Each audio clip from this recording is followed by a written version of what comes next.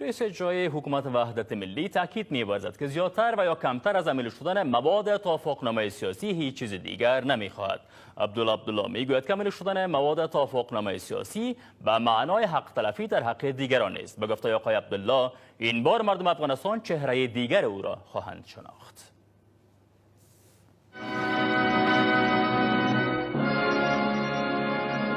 نشست تجدید تعهد فرصت برای گفتن ناگفتنی ها.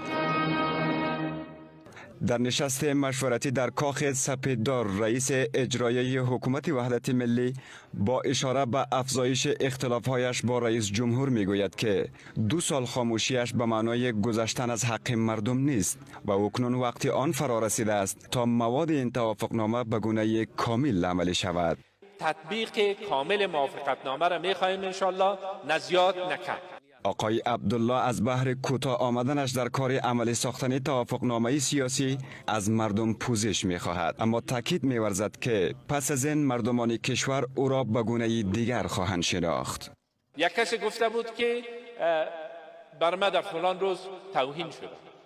من گفتم برش پیام بدین که 2 سال توهین شده بر ما، اما ما یک چیز بزرگتر از توهین شخصی، از او بالاتر، از او را فکر کردیم. برداشت ها از موضع‌گیری جدی رئیس اجرایی در برابر رئیس جمهور گوناگون هستند.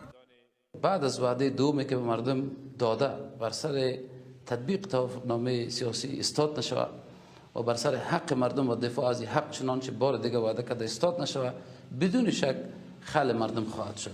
کم تفاهم چې دوه مشرانو په منځ کې موافقه شوې ده، دواړه مشران د پاغي عمل وکړي او افغانستان د پرې نه دی چې لا نور د مشکلاتو سره مخامخ شي.